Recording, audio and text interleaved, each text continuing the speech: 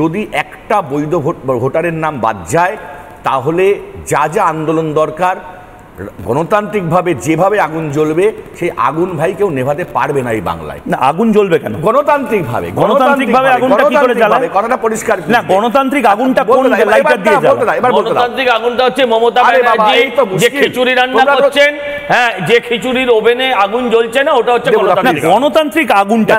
ও সৌরভদা, গণতান্ত্রিক আগুন মানে কি এই যে ব্যালট বক্স পুড়িয়ে দিয়েছিলেন যেগুলো পঞ্চায়েতে? তুমি এসআইআর নিয়ে আছো? আরে এসআইআর নিয়েই তো আছে। তাহলে বলতে দাও আমাকে।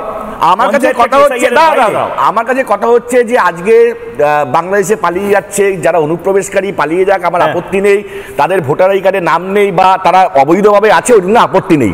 আমি বলছি যে শেখ হাসিনাকে নরেন্দ্র মোদী কবে ভারতবর্ষ থেকে বার করে দেবে এবং সে কিভাবে ভারতবর্ষে প্রবেশ করেছিল, সে কিভাবে ভারতবর্ষের ভাত খাচ্ছে, সে কিভাবে ভারতবর্ষ দখল করে আছে।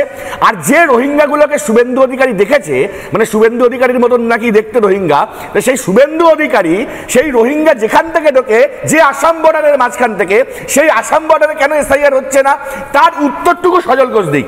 আসামে তো এনআরসি হচ্ছে, আপনি কি পশ্চিমবঙ্গে এনআরসি চান?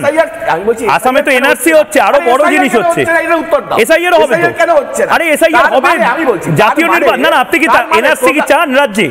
এটা তো বড় ব্রেকিং নিউজ। সৌরভপ্রিয় দত্ত আসামের মতন বাংলাদেশেও তার মানে এনআরসি চান?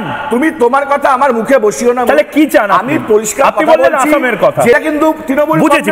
কেউ মেনে নেবে না। কতটা টেনশন হচ্ছে, কতটা টেনশন হচ্ছে সৌরভ?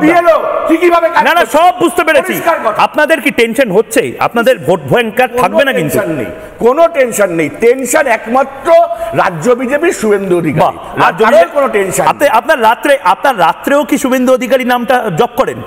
না না, শুধু সকালে করেন। দেখো মশা দুপুরে কখন করেন?